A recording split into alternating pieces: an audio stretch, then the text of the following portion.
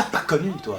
T'as pas connu les quenelles à la cantine, hein. Bah ouais, mais ça n'existe plus. À cause d'un humoriste controversé, bah ils ont censuré les quenelles à la cantine. Ouais, ça s'appelle de la censure gastronomique. C'est hallucinant. Bon, c'est beaucoup mieux maintenant, hein, parce que je pense qu'il y a eu un changement de gouvernement, Jean-Pierre Coff a poussé une gueulant. C'est de meilleure qualité, mais à l'époque, là avant, putain, les années 90, la cantine. Tu te rappelles quand il y avait cette espèce de dégueulis de bouillie de chou-fleur Michou de Bruxelles avec une crème immonde. Puis ça sentait genre les toilettes de fin de journée d'école maternelle, là. Oh là là. En plus, tu sais, tu tassais bien ta nourriture, tu sais, à 45 degrés, à droite, en haut de l'assiette pour faire illusion. Zarma, t'avais mangé. Les animateurs, ils étaient pas cons, c'était trop cramé que t'avais pas mangé. Tu te rappelles, hein, quand tu faisais de la pâte à modeler avec ta mie de pain. Après la cantine, t'avais hâte de retourner dans la cour. Puis un mec, tout d'un coup, tu sais pas pourquoi il te pousse. Et je fais... Eh, mais pousse pas! Hé, ne pousse pas. Pousse un push-pop. Pousse un push-pop et garde-en pour demain. Pousse ça, push pop, t'as pas calé! Le bonbon portable, tu sais, que t'appuyais dessus comme ça, et il sortait et tout, puis tu le rebouchais, style le petit bonbon portable que tu gardais comme un canif là sur ta ceinture.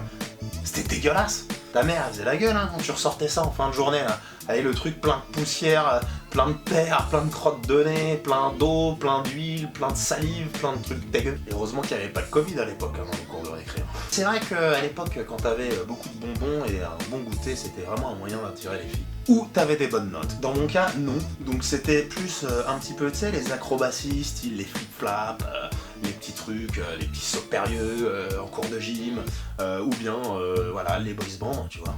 T'étais obligé de te mettre dans la vibe. Mais on s'est forcé à kiffer les boys bands. C'était le seul moyen avec les nanas pour se rapprocher culturellement, pour échanger intellectuellement.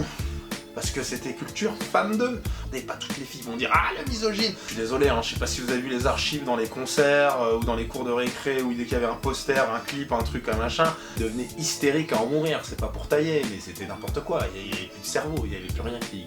2 années de n'importe quoi. Je pense que j'étais trop en avance sur mon temps, sûrement. Voilà, moi j'écoutais The Roots, j'écoutais MC Solar, j'écoutais Vivaldi. Je me suis tué à leur expliquer que c'était pas Philippe des To Be Free et Quentin d'Alliage qui avait inventé le hip-hop. Il fallait expliquer que c'était Africa Bambaataa, le Rocksteady Crew, White Style, quoi, les pionniers. Non mais en fait je le savais pas à l'époque, hein. Je faisais genre mais... Voilà, et c'était surtout pour inviter la fille que tu kiffais pour le dernier slow sur Poetic Lovers. Darling, faisons l'amour ce soir. Bon, j'avoue, ça je kiffais aussi parce que eux ils savaient chanter. Et à la même époque, il y avait dans les cours de récré les POG. T'as pas connu les POG? Moi j'ai vu des Jamaïcains à New York, ils jouaient comme ça avec des dominos. Qui cassent des cannes à sucre là. Ben, ça me faisait penser au pop quoi. Jojo. T'as pas connu les Jojo? En fait c'était des osselets quoi. Sauf qu'ils avaient fait des petites formes avec des petits bonhommes. Tu sais, en fait, en France, on aime bien réinventer dans le monde aussi des trucs qui existent déjà. C'est comme dire, hey, on se fait un selfie. Les selfies, j'en faisais avant avec des appareils jetables. Hein. C'est juste, tu te prends en portrait avec des gens derrière. What's the news? Mais on peut avouer quand même qu'il y a eu des nouvelles choses dans les cours de récré comme le hand spinner. Le hand spinner c'est particulier, c'est incroyable. Donc c'est une sorte de toupie avec un roulement à billes qui est utilisé en fait pour tourner sur son axe comme ça. Roulement à billes utilisé souvent pour les skates ou rollers, c'est à peu près le même délire. En fait à la base c'est un déstressant qui améliore la concentration utilisé pour certaines formes d'autisme. Et quand c'est sorti, 15 balles le bordel.